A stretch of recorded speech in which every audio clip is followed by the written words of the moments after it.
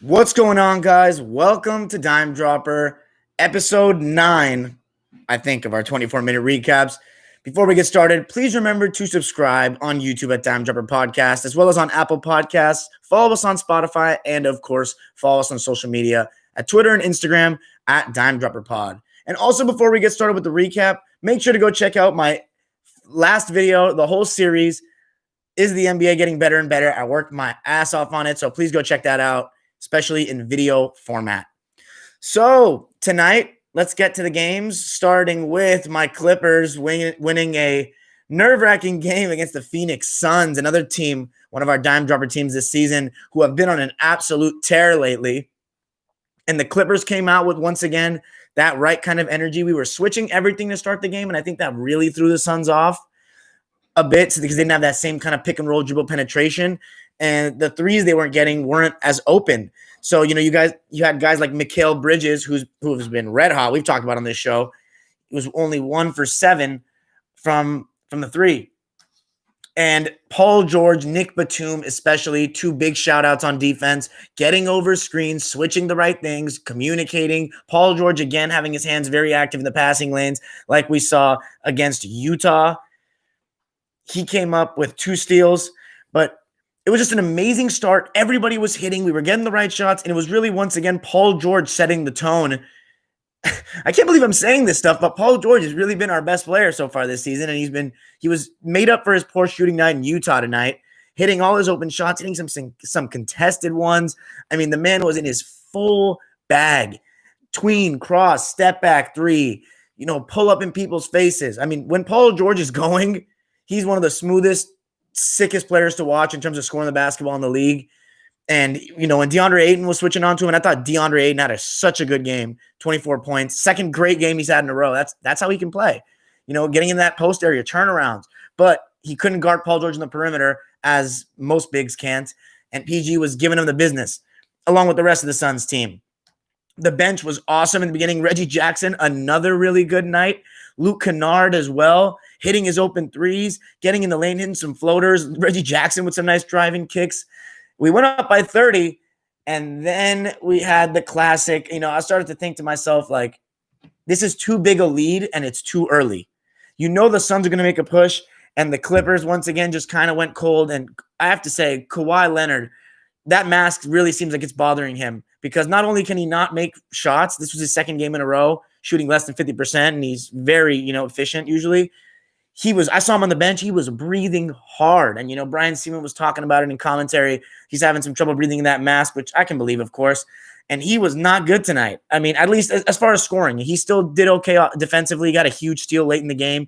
But, the Suns came back, and it was mostly Devin Booker who was really leading that charge. Dario Saric was also fantastic in that third quarter, hitting shots on the outside and just, rolling nicely, making the right plays. But D-Book was really good again tonight, or I should say tonight, above his season average, 25 points, 5 boards, 8 assists, and only 2 turnovers. So you get to 4-to-1 assist to turnover ratio. Really good. 7 of 13. But the Clips, this is the sign of, when I say the sign of good teams, is, are you able to withstand the run, even though there was no crowd? The Suns really got back in the game and had the momentum going. Cam Johnson started hitting, but we did a good job with Cam Johnson tonight. 3 of 9, 2 of 8 from 3, only 8 points. We kept Cam Payne in check too. He only played 16 minutes, but he only had 7 points, didn't get too much dribble penetration.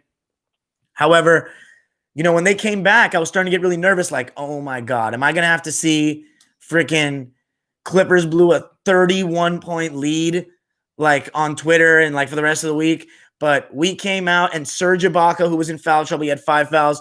He hit 2 huge threes in a row in the beginning of that fourth quarter, which kind of eased the tension a bit. And then Reggie Jackson hit a big floater. I think Ty kind of rode with Reggie a little too long for my liking, but hey, he was really good tonight, plus 16 as well. So you know what? Maybe I can't hate. We did get the job done. And Kawhi Leonard, even though he was getting hand-checked by Jay Crowder, I saw a little hand-check, and the refs were letting him play tonight, which I liked for the most part. They were pretty consistent. But Kawhi was, anytime he was trying to go left on that right-hand side, Jay Crowder was giving him a little hand check, making him go further away from the basket, and the refs were letting it slide, and Kawhi was not hitting. So, I think he's got to do a little bit of that flailing he does when people hand check him. At the same time, he should have made those shots. He should have made those 30-footers, those 13-footers, 14-footers. And Kawhi had a tough one, 4 of 21, but it was really, once again, a little scuffle too. I love that action. D-Book had some choice words for Paul, and I love it. I love that type of fire. And Paul George was getting heated, and Paul did not take many bad shots tonight. He wasn't even rated G tonight. He wasn't even PG-13 tonight. That was rated R tonight, ladies and gentlemen, because I declare that Paul George's best game as a Clipper to this point. He was just fantastic in every way, defensively guarding. We threw a multitude of guys at Book, but he was one of the ones that took the challenge for large portions of the game. And I just thought Paul was so good tonight. And those big shots at the end of the game, and then the game-winning kind of play, high pick and roll, end of the game, swing in the corner to Batum, not forcing the issue. Batum, oh my God, I love this guy. It's insane because I guess his price tag, I'm starting to believe that this is not just a good run of form. This is actually how he's going to be, because it's not even about his shooting, even though that's awesome. And, that won us the game tonight in ways, 5 of 9 from the field, 4 of 7 from 3. But it's really his defense, his communication, his seriousness to the game, his IQ, his ability to make different kinds of passes. His versatility is so big. And it's just made such a difference so far, to the point where I'm even starting to think that maybe we shouldn't even start Morris when he comes back. Maybe we just bring him off the bench, because we do need a little bit more toughness and defense off the bench, and maybe some scoring as well in different ways that isn't just perimeter scoring with Kennard and Lou. So, Paul George gets the game ball tonight, but I also thought that Batum was probably our second best player. I was so happy with him. He's just been awesome. And, there were like little things like at the end of the second quarter, Paul George was about to hoist up an open 3 on a tip rebound. And Batum was like, yo, one shot. And just little things like that, just talking, just being smart, taking, valuing possessions on both ends of the floor. I just love players like that. Clippers win at 112-107, 5-2. So, it's a great night for your boy. Also a great night because the Rams clinched the playoff berth. Shout out to any of my Rams fans out there.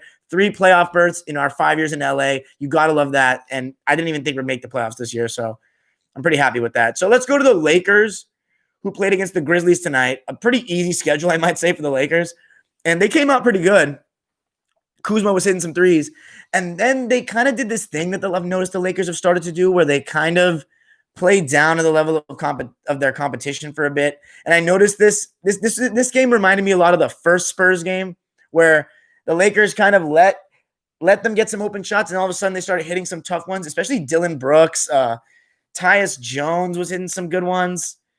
Dylan Brooks was 3 of 15, but damn, in the beginning of the game in that run, it seemed like he was hitting. Kyle Anderson, my second favorite college player of all time, has really seemed like he's gotten better in this NBA, so I'm really happy for him, even though he was 1 of 8 from 3. But I thought he was good at stretches of the game. But yeah, overall, the Lakers did rebound from that and managed to put on some defensive pressure and held the Grizzlies to only 18 points in the second quarter, 21 in the third, and 19 in the fourth. So the Lakers really clamped it down. You got to give some credit to, for one, Dennis Schroeder, who 4 of 13 from the field, 0 of 4. You look at the box score, you're like, oh, he didn't play that great. No. This is where we go beyond the box score, watching the games. Dennis Schroeder, and so many people run with these casual takes. I heard some people saying in the beginning of the season, like before the season started, that, oh, Schroeder's not very good defensively, he's small, whatever. Like, what? Like, from what I've seen and what I know, because I'm watching these games, Schroeder picks up, like, he puts so much pressure on the ball handlers, plays pretty clean, good lateral quickness. And, today he drew an 8-second violation today. An 8-second violation. Like, that's just pure, hard effort, picking up full court, making a difference. And another guy who I thought was really solid tonight and has just really been solid overall these last couple games, Marc Gasol. I just really like the things that he does for the Lakers. Speaking from if I was a Laker fan perspective, of course, tip rebounds. He knows how to make the right passes. He communicates on pick and rolls. He knows his coverages on different guys. He contests guys, contest guards running into the lane.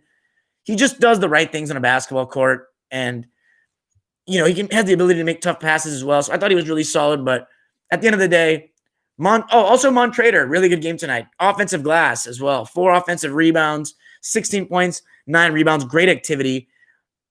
Some great minutes from THT tonight as well, I thought. 7 points off the bench, making things happen, plus 11. But I think that LeBron was really the player of the game again tonight, especially the way he closed the game in the fourth quarter. He had like 10 or 13 points in that fourth quarter, and he wasn't very good in the fourth quarter the other night, even though he had that, little stiff arm layup at the end. But tonight, he really closed the game out, especially from the three-point line. Another 50, really high efficiency, highly efficient three-point shooting night for LeBron. 3 of 6, 22, 13, and 8 in only 32 minutes. I think Bron has just been really good to start the season. Even though his stats don't pop out of the page, he's doing exactly what his team needs to win. Let's talk about the other guy, though, before we transition to the Celtics. Anthony Davis, I was really gassing him up this offseason, talking about his championship confidence and all that. But he doesn't have, it seems like he's got the championship hangover in ways. He seems comfortable. Now, I'm not saying that he didn't have a good game. He did. 3 steals, 3 blocks. He was still doing his AD thing. But 17 points, he missed a couple of, his first 4 shots were outside of the paint. And, he missed. And some of them were really solid looks.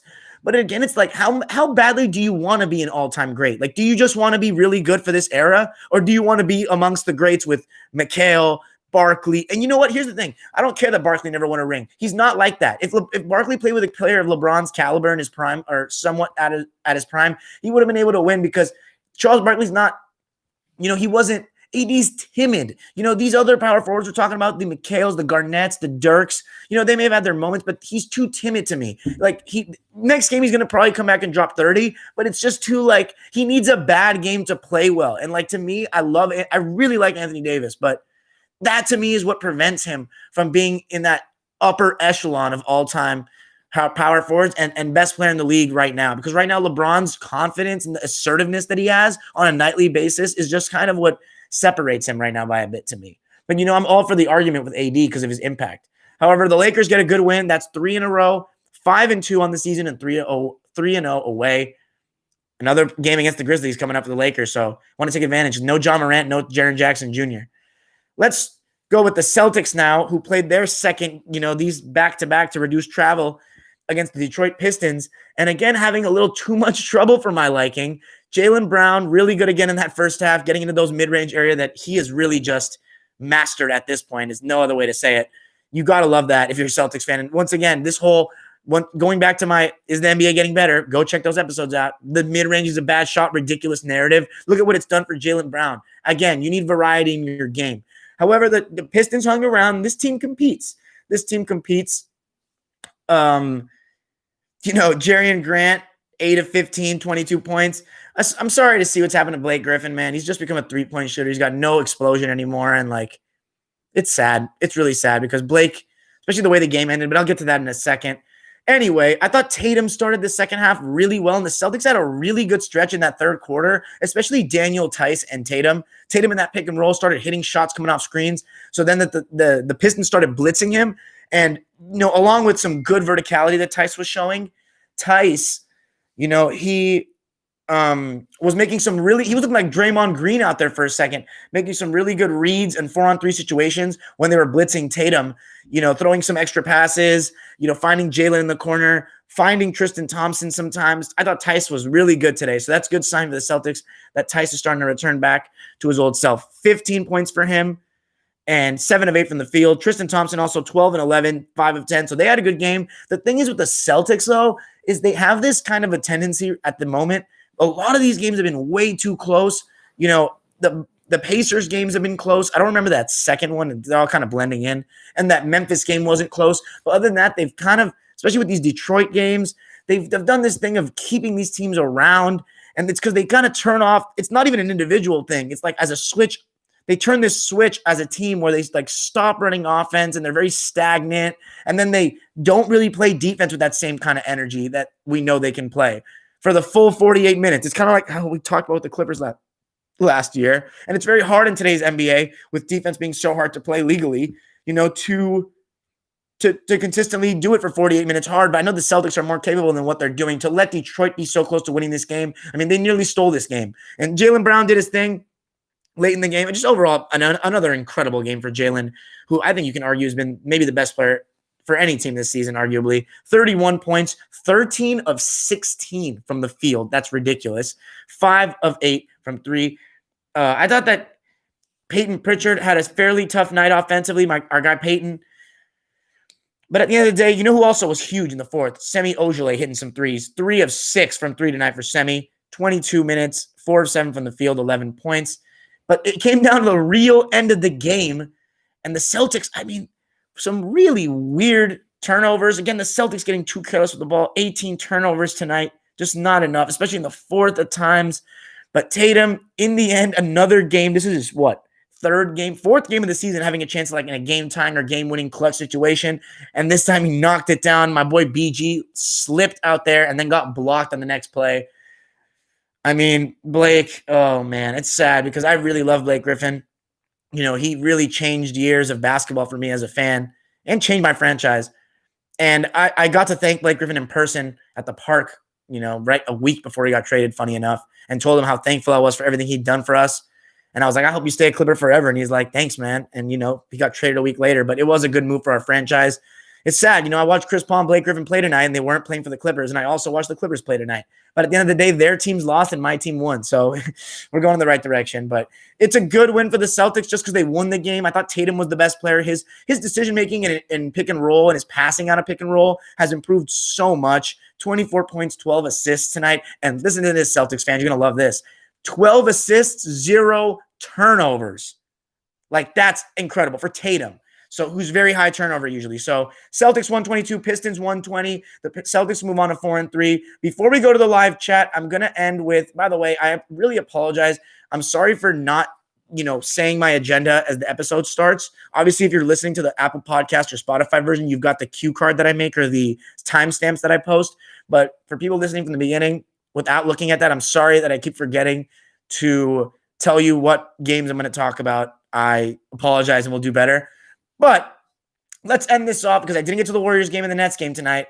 And I don't really feel like talking about the Nets-Hawks game last time. I'll give you a short summary. The short summary is that Kyrie Irving and Karis LeVert haven't played defense at the Celtics game. Kevin Durant, they as I said, Nash needs to stagger that lineup. KD and Kyrie, because against the Hawks, they were too good of a team. I need to see what happened with the Wizards tonight, but the Hawks were too good of a team. They were splashing. So let's end with the Hawks next game. They were on a back-to-back, and they looked like they were off to the same stuff. Trae Young, pick and roll, everyone's hitting threes. And, they led 35-25 against the Cavs in the first quarter. But then after that, listen to this for the Hawks. They only scored 56 points the rest of the game in 3 quarters. 21 in the second, 18 in the third, and 17 in the fourth. And it kind of came to live by the jumper, die by the jumper kind of thing. And I think that this is one thing that the Hawks need to be careful because they're such a good three-point shooting team. They got so many good looks in that second quarter, and Bogey was missing a good amount. Different guys. Kevin Huerter, who's really just he's a gunner, man. He's a gunner, and he's a really exciting player. But I think he also needs to not just fall in love with the three, even though, that being said, he was 3 of 5 from 3 and had 5-11 from the field. 13 and 10 for Kevin, but I think he still got a little carried away at times. But what it really was, the third quarter, the Hawks were up 15, and then all of a sudden, they went cold and started turning the ball over a lot. I don't think they had 0 turnovers in the first quarter from what I can remember. And then all the rest, they turned the ball over 22 times, after that. So 22 turnovers alongside, along with missing all these easy looks, a lot of good open threes. And who was unbelievable? This is my second time watching the Cavs play this season. Who was insanely good again? JaVale McGee. I know that sounds crazy, guys, but he seemed like in the offseason, he's developed some sort of a little bit of a bag now. He's gotten the ball in the post several times this season. I seen him hit a turnaround, hook shot. This one, he just made a Shaq move, nice spin, leaving him a little bit of this after, a little bit of elbow and a dunk. He was unbelievable. And here's the thing about the Hawks. This lineup, there was one lineup that completely blew the lead for them. They were up by double digits. It was Huerter, Bogdanovich, Solomon Hill, Fernando, and I think DeAndre Hunter. No, it was Brandon Goodwin. So you already got a lineup with Brandon Goodwin, Kevin Huerter, and Bogdanovich. It's a little small, and they struggle to guard. And Bogdanovich, a really good player, has not shown me he's very good at defense thus far. And then I'm still yet to realize what Fernando's good at. Like, is he a good shooter? Clearly has no create his own shot kind of game. He's not really a presence anywhere. I haven't seen anything from him in terms of blocking shots, really. He had 0 points, 0 blocks, 0 steals, 0 assists, 4 rebounds, 0 of 3. I mean, -6 in his minutes. Solomon Hill was lost out there, -15. He was noticeably bad for the first time this season. And the Cavs made him pay. I mean, Trae Young also, so like it was late in the game, the Cavs had kind of crawled back, but you think like, that the Hawks are going to pull this one out. John Collins, although also 1 of 5 from 3, 3 of 10, and half his shots were threes. This is when I think that Collins needs to try to, that's what I was saying in the beginning of the season. Does he really have a consistent go-to scoring game? Because it can't be that in crunch time, Trae Young, their offense all perimeter based. Without Gallinari, they're going to struggle with that.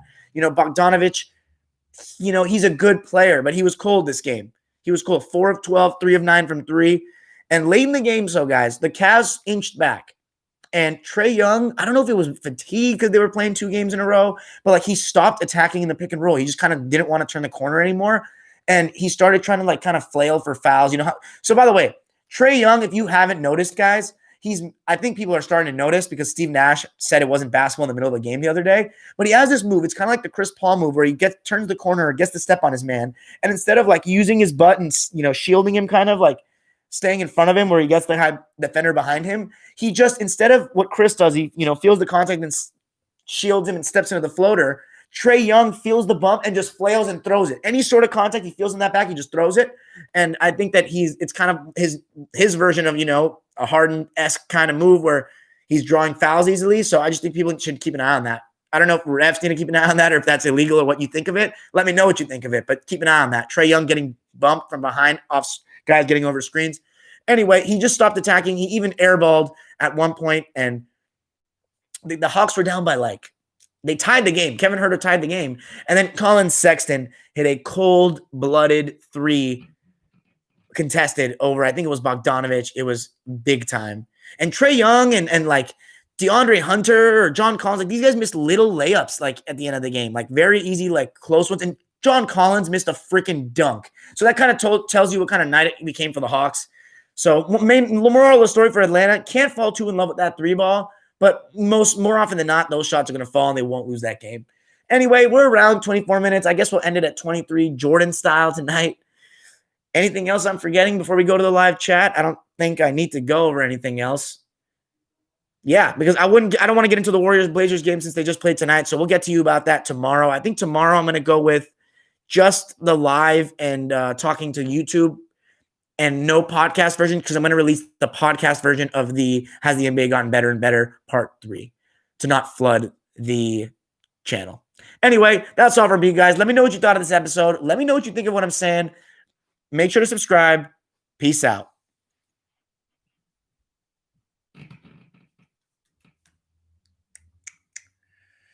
All righty. 46 people. Yes, sir. Let's see it. Would have been better if Kawhi load managed. No, he had a mask. He was missing shots, man. Seth Greenberg. Kawhi got lucky as fuck going to the Raptors. No, he didn't. What were the Raptors before Kawhi, Missy? Seth, shut the fuck up. Free ring. As if they were winning rings before he came there. Or getting to the finals. Wow, look at this guy.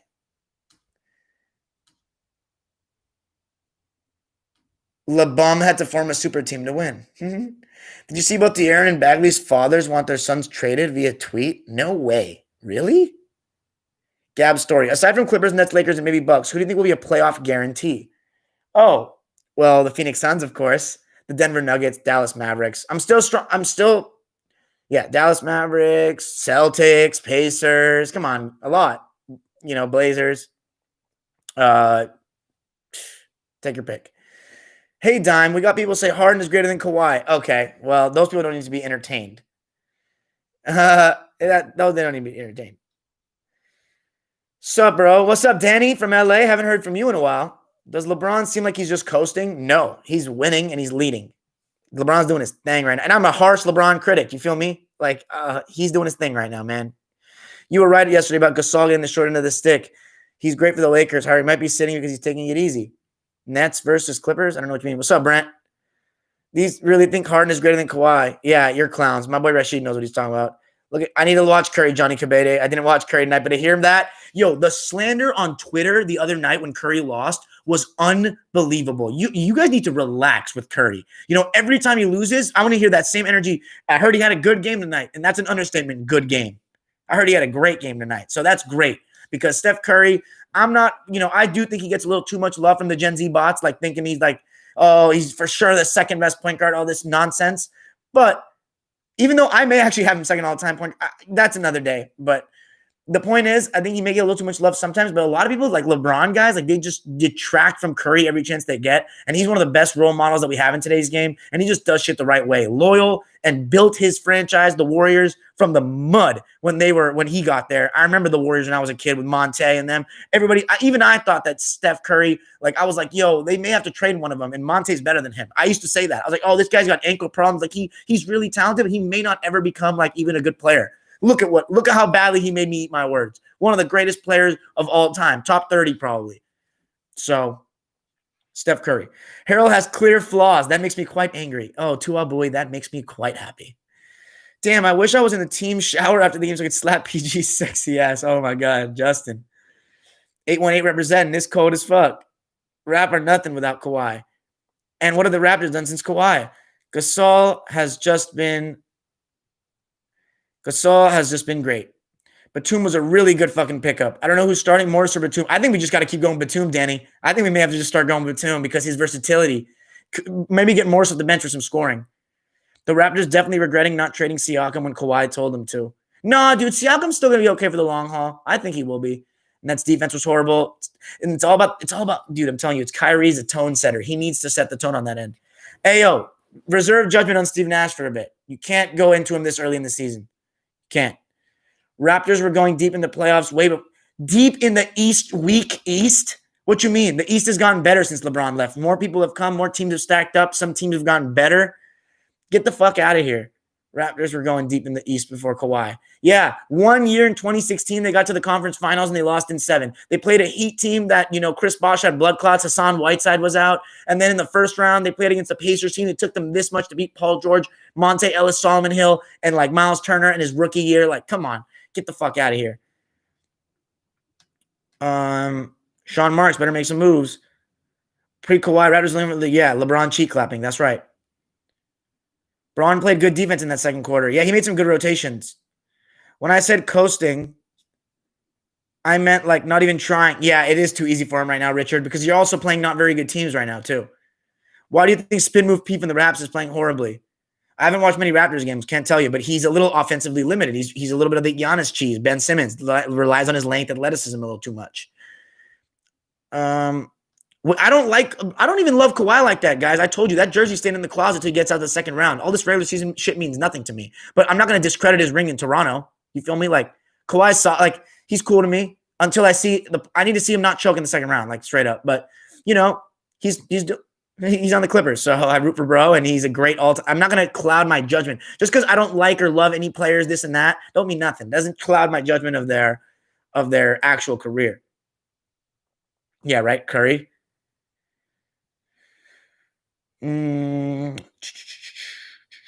LJ is kind of smart on his body and style of play. Yeah, he does. He knows his game by now. Harden is a dumbass. PG is nothing without Kawhi. Why are you guys defending Kawhi so hard? Did you not watch he did in the playoffs? He can't play more than 3 games without sitting out. I mean, that's not true because he played every game of the playoffs. So was Kawhi Leonard limping a little bit? No, he wasn't limping a little bit. I think he just with the mask and he was missing some shots. I think people are guys are going a little crazy here. PG has nothing at all in general. Okay, he dropped 39 tonight, though. Thank you, Austin, for opening the eyes of these dudes. Who are you guys, man? Michael, George, where'd you come from? I'm not a Clipper fan, but I watched their game today. I kind of still feel like they rely on difficult shots too much. Thoughts? Not really. People saying D-Book is better than PG right now. PG is a better player as of now. In the future, I don't know. We'll see about it, man. Like, PG is hypothetically, like, he looks better, but, like, I actually don't really know if he is. Just because, like, he still lacks a little bit of, like, if it's his team, like right now it's D-Book's team, even though Chris is there, he just lacks assertiveness in that leadership of a game. And Devin Booker started to develop it last year. So I don't know, man. It's tough. They're kind of in the same boat to me. I can't judge Paul George till the play. Like, I can't. Like, this is all for naught. I don't care if he drops 40 in the regular season, we lose in the second round. Like, if he drops 40, we lose in the conference finals, that's fine with me. That's cool. It's disappointing a little bit to me if we lose to, like, any of these. Honestly, we are, like, a championship contender, but, like, I'm not expecting shit because I'm a Clipper fan. So I just want to make the conference finals. Like, if we make it there, I'll be satisfied, and I'm cool with having Paul. I think it'll be such a positive that, like, even if we don't win it this year, like, you know, it'll be good. Moving forward, it'll be good. With fans, like, fans going to make a difference. Like, we're going to get back to the games. Like, we'll see. Kawhi is a made man. KD needs to shoot more, bruh. Oh, yeah, here we go. I'm glad you think like that. Kawhi needs to prove. Whoa. Stop with this Kawhi needs to prove it stuff, though. He has proven it. He just hasn't proven it for the Clippers. And who has proven it for the Clippers getting past second round? Nobody. Clipper curse until I see otherwise. So I'm blaming it more on the – Kawhi is definitely should be held accountable for last year. I mean, I called him Kuwait for a long time. But, you know, if you look at all the factors, Kawhi is the one that's won. We're the ones that haven't. So, you know, makes you look in the mirror a little bit. PG is better than D-Book. I was watching a Kobe interview where they were asking what he thought of Kawhi going to the Clippers, and he said he was actually considering going to the Clippers. Yeah, I know, before the Gasol trade. But then Jerry West talked him out of it because he said Donald Sterling's a crook, which he was right about because Jerry West is smart. PG is better than D-Book, according to Son Legend. Kawhi is not tested. Oh, my God. People will hate on Clips no matter what. They don't, though. These are just Laker fans that are butthurt. The Clippers actually have a lot of, like, people like the Clippers around the country more than the Lakers. The Lakers are the evil empire. People will hate on Clippers. You know what? Would have been better if Kawhi load managed. Dude, you keep saying the same thing. Kawhi kills the team. You guys are so dumb. Who are these guys? Would you rather see Battle of LA in the second round or in the conference finals? I guess conference finals would be epic, but I've never been a huge Battle of LA guy because, like, those aren't favorable for our home crowd. PG-13, whatever. Playoff P will be back. Don't worry. I mean, we'll see. Triz, Pat, Bev, and Lou Williams did not have one good game in the bubble last season. Lou Williams had a good game 4 against the Mavs. Do you think Batum should start even when Morris comes back? Finally, a real question from Seth Greenberg. I think as of now, yeah. Clippers are a tough team to beat when PG knocks down over 5 threes. If he's going, everything falls into place. Playoff P, well, you really just said that. D-Book hasn't really been playing that well. I mean, he's been a little bit hesitant, but here's the thing, Brent. Look at the record. The record speaks for itself. He's doing what's needed. He's closing out certain games. He's just been backing off a little bit sometimes, but listen, they lost tonight. I don't think that was really Book's fault. I think they just didn't. They were just shot in the beginning a little bit as a team from the way we came out. And then I do blame him for the loss against Sacramento, but not really anything else. He's been great. At the end of the day, he's been great. Kawhi is not a leader. The Clippers need a leader. Okay, but that wasn't. Here's the thing. Y'all switch up the narrative, though. When Kyle Lowry, when Kawhi won the championship, it wasn't Kyle Lowry led Kawhi. It was Kawhi dragged Kyle Lowry's ass to the finals and won. Now, after Kawhi chokes with another team, it's, Kyle Lowry was really the leader. Y'all be switching up. That's my thing. Y'all be switching up. He's not very vocal, but, like, we'll see. Kawhi has turned selfish. I disagree, man. He took one shot when he should have passed to PG. Leave Kawhi alone all of a sudden. Jesus. Other than the Lakers, who do you think in the West will give the Clippers the most trouble? I think Dallas, maybe. I don't know, man. I don't know why. It's something with Dallas. Other than that, though, I think we're better than everybody. Oh, the Jazz. They always – because Mike Conley plays for them. So those. Really appreciate the lives. They build a sense of community. If the Cubs broke that curse, why don't the Clippers do the same thing? We'll see, man. That's the Cubs curse. We're the Clippers curse. Laker fans that hate the Clippers are just butthurt for no reason. If you hate the Clippers as a Laker fan, except for maybe the current rendition, you're just a weirdo because you're the ones that have always won and we're the ones that haven't won anything. So, like, that's just weird. Any Laker fan over the age of 30 does not have this distaste to the Clippers. Once again, go view my episode, Cousin Showtime, or Clipper and Laker fan talk LA basketball. They're just stupid. They don't know the history of basketball. I'd make all you Laker fans that hate the Clippers look so stupid about the Lakers. Like, I'd be running circles around you guys. You guys are dumb. Like, you guys don't know nothing. Anyway, preach time. Look how butthurt they get from my comment too. Like, they're getting so defensive. Like, these Laker fans are so funny. They got the Laker fans are so soft. It's crazy. Like, they can't take the heat. They can only dish the heat. It's so funny. They're soft. As Kobe said, softer than Charmin. Okay. Y'all know the Lakers win the rest, like. Why did YouTube recommend this on my page, bruh? Bro, I don't know who you think you are coming to my page. We don't cloud. These are the people talking. When I did my episode, we only speak the facts. I still got the Lakers winning the championship, but all I'm saying is this. You guys are just funny. My pick for most improved was Lonzo, but I think it's going to be looking like Christian Wood. Oh, Colin Sexton. He could be up there. Do you think the Clips beat Lakers, or do you still lack confidence in them? Absolutely lack confidence in them. This doesn't mean anything. I think recently the Clippers might be more hated after all the talking in the bubble. No. That's called Laker fans on Twitter. Will the games need to be played? Kawhi load management, Lakers for life. What role do you think Mook will play when he comes back? Scoring. Do you think Damian Lillard is overrated? I think he gets off a little easy sometimes. Suns are going to be, yes, of course the Suns are making the playoffs. Come on, check out my season preview, guys. Guys, if you're asking me these predictions, go check out my season preview on Apple Podcasts and Spotify. I have one. It's there. Why are there so many Kawhi haters in here? Deserve some respect. Kyle Lowry's more of a leader than Kawhi. If you can't admit that, then you're just riding the dude hard. More of a vocal leader. There's a difference between a vocal leader and an actual leader, too. Kawhi's a loser, bro. Okay. 2 championships, 2 finals MVPs. Suck my dick. What are your... I just probably lost monetization. What are your thoughts on the Bucks this year? Seems like a lot of good teams not doing well too far. I think the Bucks are fine.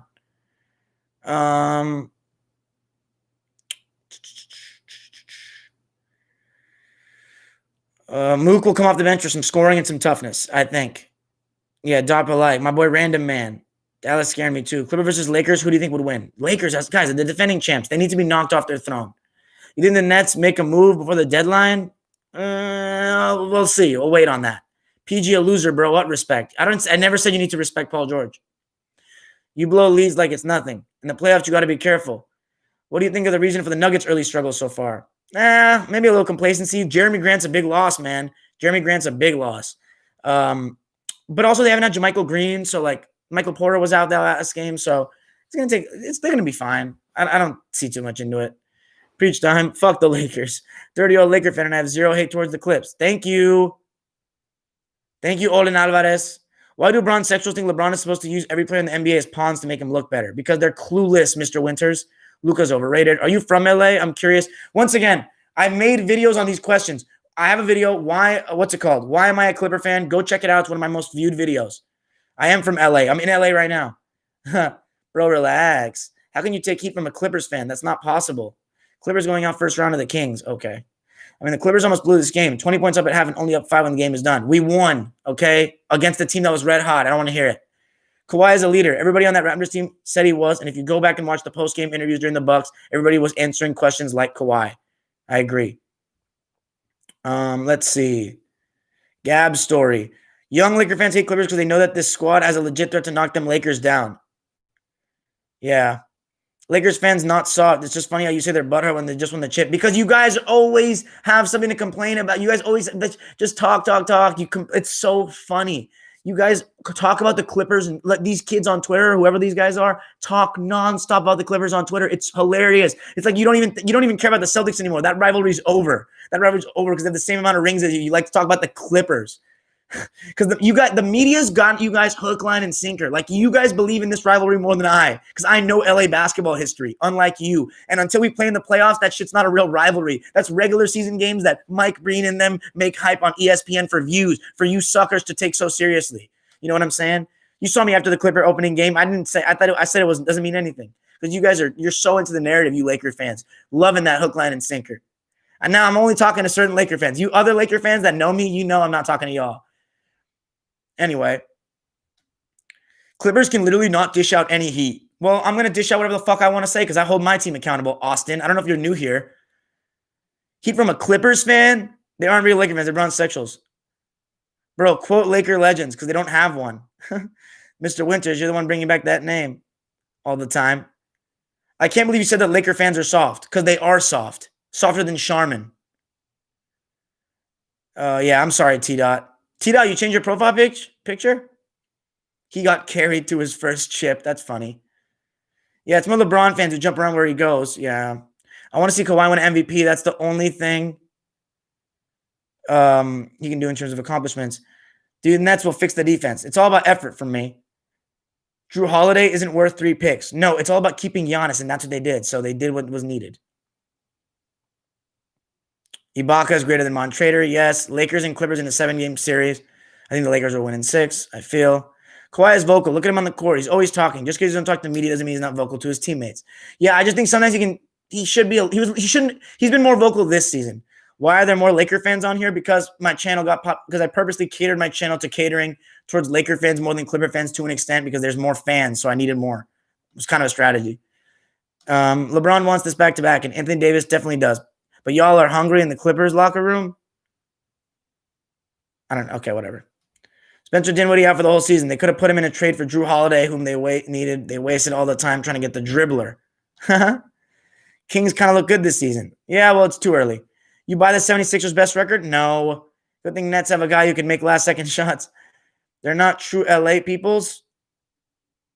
God. I need it. Stop. LOL, Kyrie and KD missing. Laker fans think that the worst player on the roster is the worst player in the NBA. The media hates on the Clippers way too much. I think the media has been friendlier to the Clippers these last 2 years, though, because the media doesn't like the Lakers in a lot of ways, some of them, because they've always been good. Even though the NBA makes profit off the Lakers being good, the media, a lot of guys, they don't, as I said, if you're not from Los Angeles, you're not a Laker fan, you can't stand the Lakers because they're so annoying.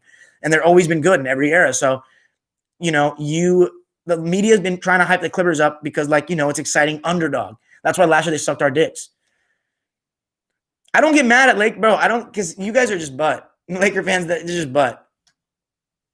You guys are, what are you, butt buddy? Austin Howes and Michael George. I can rent a Motel 6 for you guys to make out with. You can talk about your how soft Laker fans are together with your pillows. Soft as you guys.